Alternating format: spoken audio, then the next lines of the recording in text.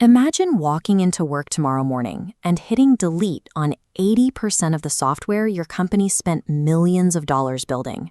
You wipe out the sprawling project management suites, the endless internal communication channels, the mandatory dashboards tracking other dashboards. Then, to your absolute shock, you realize your company is suddenly running infinitely better. To understand how that's even possible, we have to look at the multi-billion-dollar vendor industry that has dominated our digital workflows for the last decade. Weaver calls them the armorers. These are the massive companies selling dense front-end frameworks and convoluted project management platforms. Their business model relied on a very specific psychological vulnerability, imposter syndrome. They convinced developers that the native digital environment, simply writing raw code to solve a physical problem, was far too dangerous and primitive to navigate alone. They essentially sold us massive commercial diesel snowplows just to clear a dusting of snow off a front walk. Corporate culture completely fell in love with this complexity. We equated the dense scaffolding surrounding our jobs with the actual value of our work. By purchasing these heavy abstractions, we manufactured a feeling of enterprise scale, mistaking the performative process of maintaining tools for actual, meaningful creation. To be fair, those heavy frameworks were originally necessary due to strict biological limits. A single human brain can only hold a limited number of variables, syntax rules, and data pathways in its working memory at one time. When applications scaled globally, the sheer complexity exceeded human capacity. To cope with that cognitive limit, we were forced to treat software as a permanent capital asset. We spent months and years hauling digital stones to build massive, rigid software systems. We built castles, but castles require permanent garrisons. Today, established companies are trapped spending up to 90% of their engineering budgets just keeping the lights on in these old systems. They're forced to patch and defend obsolete code long after its original purpose has evolved. The industry calls this technical debt. This invisible, crushing weight slows every established organization to a crawl. The entire tech industry became paralyzed by the immense burden of maintaining the past, leaving almost zero energy or capital to explore the future. Now, an advanced artificial intelligence agent does not suffer from human framework fatigue. It possesses a functionally boundless working memory. An AI doesn't need a visual state management library to understand how data moves from a physical sensor to a digital screen.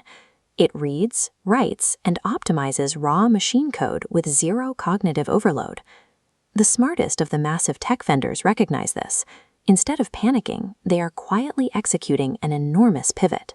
They are abandoning the business of selling heavy software armor entirely.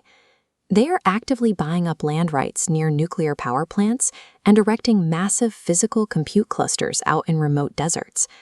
They are building the infrastructure for truth as a service, a network of digital ley lines providing the raw computational power to run AI agents. The multi-billion-dollar business model has shifted. They are no longer giving workers complex tools they are providing the sheer, brute force computational power to forge exact truths instantly. Interaction with these systems follows the logic of the will and the word. The human professional provides the strategic business intent and the physical constraints, the will. The AI agent executes the raw logic and action potential to make reality conform to that intent, the word. Let's look at a practical scenario from a specialized research group called the SAIL team. Their scientists needed to bridge a high-speed modern atmospheric sensor with a piece of legacy diagnostic hardware from the 1990s, and they only needed this data connection to run for a specific 2-week experiment. Yesterday, an engineering team would have spent 3 weeks building a robust, test-driven, permanent software bridge using heavy enterprise frameworks. Today, a single researcher observes the hardware constraints, focuses their intent, and prompts the AI to instantly generate a hyper-optimized script tailored exclusively to that one tiny task. Then comes the twist. The 2-week experiment succeeds. The data is collected, and the researchers simply delete the newly created code from their drives completely. Deleting these ephemeral spells stops the accumulation of digital microplastics, the abandoned boilerplate and unmaintained libraries that normally choke a repository. When the code vanishes, the obligation to maintain it vanishes with it. If eliminating technical debt is universally freeing, why isn't the entire tech industry celebrating this shift? Because human nature abhors a vacuum. What we are witnessing right now is an intense institutional immune response. The displaced heavy infantry of the old paradigm, the framework architects and agile project managers, are panicking as their specialized complexity is rendered obsolete.